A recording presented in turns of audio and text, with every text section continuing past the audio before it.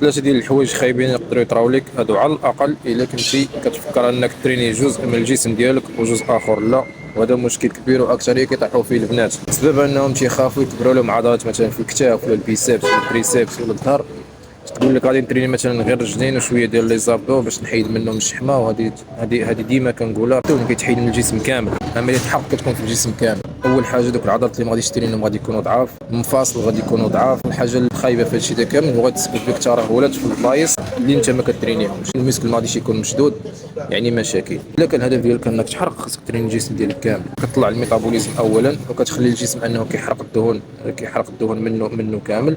عضلات الجسم ديالك كاملين كيولي مشدودين وكيتقوى، والنسبه ديال الفات كطيح والنسبه ديال دوك العضلات كتزاد. هادشي باش كيدي فينا الشكل ديال الجسم ديالك وباش ما كيكونوش عندك الترهلات. فوق هادشي هذا كامل كما كنقول ديما الكارديو ديالك ورا حصه. الا كنتي كتنشف ولا باغي تحرق تقدر توصل الكارديو حتى 30 دقيقه بريتم